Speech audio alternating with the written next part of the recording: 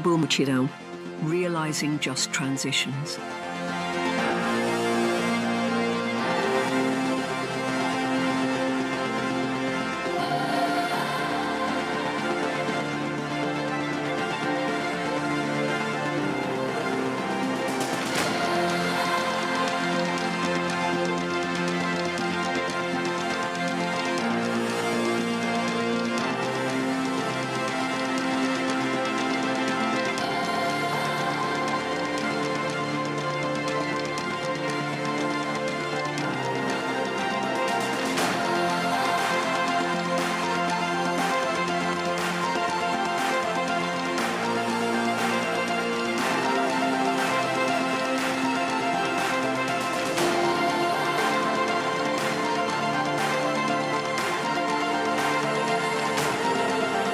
Welcome to the German Climate Pavilion at COP30 in Billy.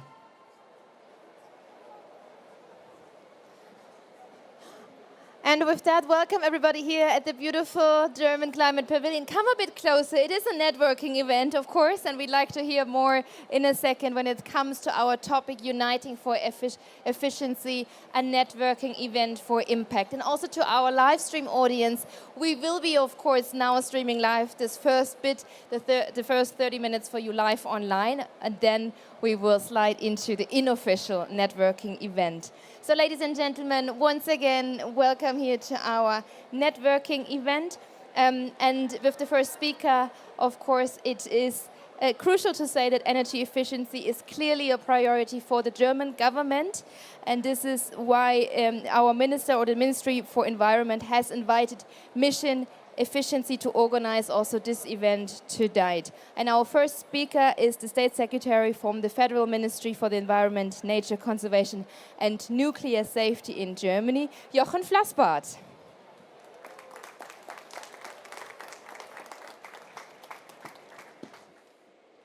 Thanks, Katie. Stefano, dear friends, and I'm really happy to open this networking evening here with mission efficiency and on the issue of energy efficiency. Unfortunately, efficiency is not so sexy. That's the problem. I mean, when we are talking how to get to our climate targets, energy efficiency is so relevant, but it's more attractive to talk about renewables. Rightly so. And some feel it also attractive to speak about transition away from fossil fuels. Some dislike it, but no one is talking sufficiently about the important relevance of energy efficiency. And when we got the breakthrough, I would call it, in Dubai, surprisingly, in a highly fossil-based country, they made it the 3 points of the three pillars as the energy contribution to our climate targets, tripling renewables, doubling energy efficiency, and transition away from. So happy that this place is the one where efficiency is first. It should be everywhere first, because of course it is the most cost-efficient way to get there. And following an estimate of the International Energy Agency, half of the reductions, emission reductions on our 1.5 pathway towards 2030 could be done, potentially done by energy efficiency. And so I think it is to highlight not only the relevance, but also the technologies behind it, and that really old-fashioned image of that energy efficiency is in a way connected to less convenient life, that this is really old past thinking, that that technologies are available, high technologies are available to capitalize on the potential on energy efficiency. It's also a contribution, and that is why it is also sitting in the sustainable energy for all bubble.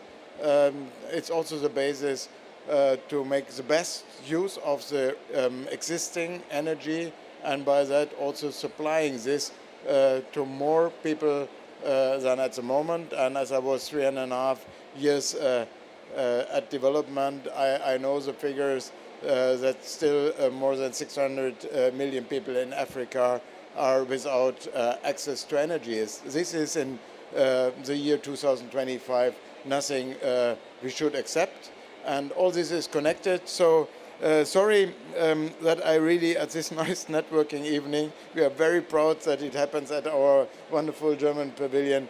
I need to rush out. That is why I pushed Katie Gallus a bit to get started. As some might know, I'm a little bit involved in some of the negotiation tracks here, so I have to do my work to satisfy the expectations of the presidency here. Thanks a lot for being here. Good networking for the sake of energy efficiency. Thanks. Thank you very much, Jochen Flasbarth. Wonderful. So I now welcome the Deputy CEO of Sustainable Energy for All, Stefano Marguccio, is with us. And you are here in the function, of course, as representative of mission efficiency. Tell us a little bit about the mission efficiency and the top priorities that you have currently on your desk. Thank you very much. Well, let's start with something. And Jochen has already said it very well. Energy efficiency, I always say, is the Cinderella of SDG 7, because it's like the one who is neglected but potentially can be a princess, right? Next year in July in New York at the high-level political forum, there will be the stocktake of SDG 7. The world will gather to see where we are with the implementation of SDG 7, which is the end of energy poverty. We are still a little bit behind, since we have 670 million people without energy access today. It's the amount of renewable in the energy system. This is growing, and as State Secretary Flasbarth was sketching out, everybody likes to talk about it. And then there is the amount of energy efficiency growth. I think in Dubai, when this engagement was approved, not many people really thought about how to do it. And this is what mission efficiency has been trying to think about. It's a platform with more than 30 partners between stakeholders and countries. We want it to grow. We've been working very closely with the presidency of COP30. We developed a plan of action for energy efficiency together with these partners. I think this is a good step to put on the ground what energy efficiency must be. It's 50 actions, a roadmap with concrete engagement, financial engagements that can go from the 17 billion that the European Investment Bank has been pledged to implement efficiency for SMEs, to engagements in installing super efficient AC in diverse countries. We want really to create this momentum from COP30 to the HLPF in New York in July, and then continue to have energy efficiency high up in the agenda of the international community. How do we do it? We elevate the topic. We have been pushing the agenda in the G20. We sit in the energy working group of the G20. We've been cooperating with the Brazilian presidency, and now we are starting to talk with the next one in order to keep this as a key topic, and then support governments. There is a lot that can be done. We want to launch a kind of de-risking platform for energy efficiency for the coming 5 years. And de-risking means creating capacity and legal frameworks in countries so that this becomes a common ground for everybody, and create financial tools that are supporting this. And finally, we want to focus on investment and focus the attention of the international community of investment. So the more there are signals to the market that this is something going on, that the governments are engaged, I think we can make it happen. So it's very important for us that this is happening in the German pavilion today. Germany is a great partner. We will have a press conference about this initiative tomorrow. GIZ will be part of it. I hope that many more countries can join this efficiency mission. And so looking forward to the discussion and to the celebration. Thank you, Stefano. Yeah, ladies and gentlemen, for implementing the doubling efficiency goal, we need, of course, the private sector. And now we're coming to Climate Group's partnership. They bring powerful private sector voices to the energy transition, also to the EP100, the new energy efficiency private sector initiative. And with us today is Champa Patel. She's the Executive Director for Governments and Policy from the Climate Group. So the stage is yours. Thank you, and I know it's been a long week and a very long day and a very hot day, and I'm standing between you and some drinks, so I'm not going to be long so we can get very quickly to the celebrations. It's a pleasure to join this conversation on COP30 with Mission Efficiency. At Climate Group, as you mentioned, we accelerate climate action by bringing ambitious businesses and governments together. EP100 is our energy efficiency campaign, corporate demand side campaign. And through that, we've shown that energy efficiency is good for the planet and for business. Our members just last year saved 164 million and cut 450 million tons of emissions, more than Brazil emits in a year. So building on that success, I'm pleased to share with you all today that we've evolved EP100 into the Smart Energy Coalition, because today efficiency means more than just using less. As others have mentioned, it's about smart, flexible systems that integrate renewables, digital solutions, and new technologies.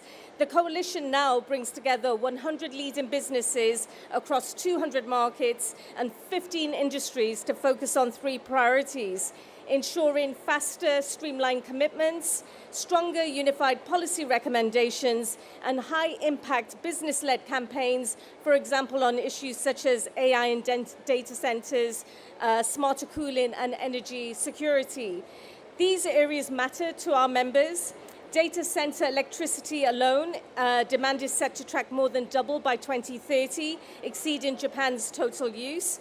Cooling is the fastest growing source of building energy demand, and smart energy efficiency is essential for cutting fossil fuel reliance and strengthening grids.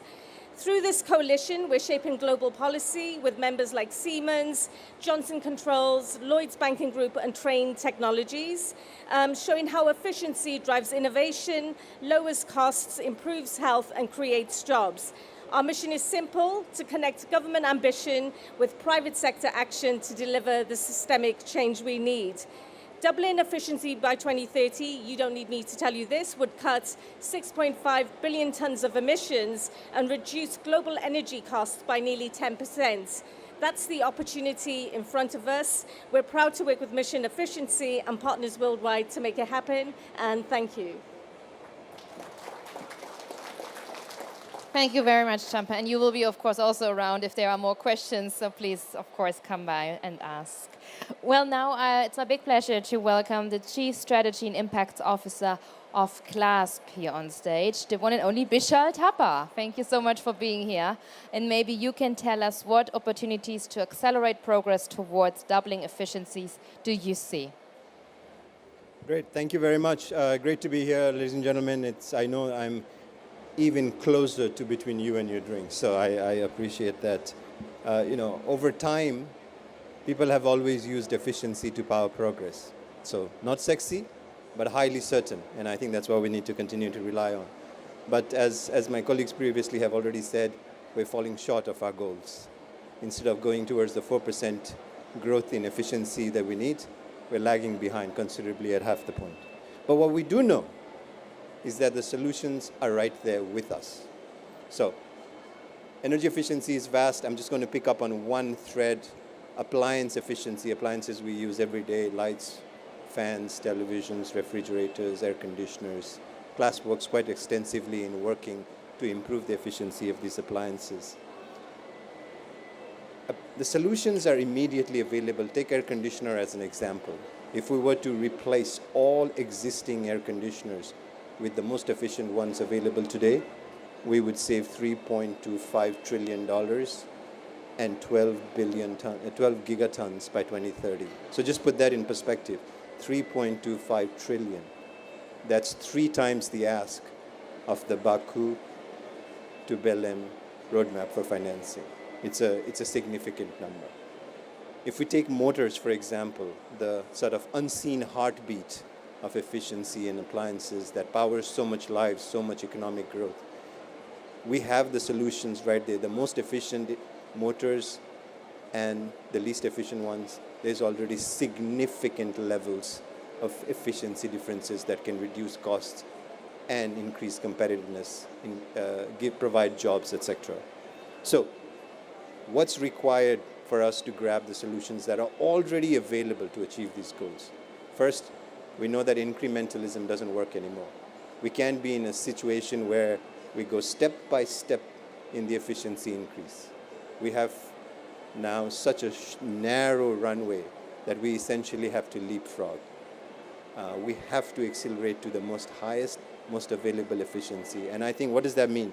That means simply, as this COP has said, this is a COP about integrity. So we have to return to the science. We have to empower decision makers with the ability to take those bold decisions to drive bold ambitions. That's the first part. The second thing that I think we need to do is bring the focus back on people. People have to be center of our discussions and our discourse. You know, within a few days of being here at COP, the UNFCCC had already sent in the COP presidency a letter saying the venue was too hot. And so yesterday at the press conference, the COP president was there indicating that I think the AC and the cooling has improved. For the 500,000 million people who die every year, there's nobody writing a letter. And so we got to find those that can write the letter. We got to find people that can deliver the solutions. And the best way to do it is to return to what we know, the science. Increasingly, as the world becomes more polarized, we're finding that people are becoming the collateral of politics. We need to ensure that the message of efficiency that remains universal, that it cuts across and above politics, and it remains central to our goal of being able to deliver first for the people and then increasingly for the planet. The solutions are at reach. For example, Germany is going to be one of the countries that's going to lead on making the global indicators on adaptation. I think many countries like Germany have to lead and also provide the opportunity to ensure that access to appliances, access to equipment, and access to efficiency remains a central tenet of this goal. Thank you. Thank you very much, Bishal. And this is already the end. But what became clear is that from governments to the private sector, of course, everyone has a role to play. And that's why we are here, to unite stakeholders and to advance the global goal in the double energy efficiency improvement by 2030. If you'd like to hear more about it, also looking into the case studies, this is the QR code of the evening. So please feel free to take quickly a photograph. And of course, then you will be forwarded to the Mission Efficiency website. You can, of course, explore the case studies, but you can also explore how countries in the global south are really turning efficiency into real impact. Now, of course, we are having a networking session, and of course, we have a catering. I just want to do a little bit of expectation management, as we all see and know how the situation, the logistical situation here is, right? So can we get a big round of applause for the team behind the scenes, because they made something very crazy, doable and possible, right? And with that, I have one more thing to you. This is a little ice-breaking question. Over a piece of pizza, this is the perfect conversation starter for you, and of course for you behind the screens. If it's late in the evening, you just do your after-work cocktail with that icebreaker question. So what is the most powerful benefit of energy efficiency? And with that question, I leave you into the networking session. Thank you so much for attending, and enjoy the rest of your day. Exchange all your business cards, because this is really about coming together, right? Thank you so much.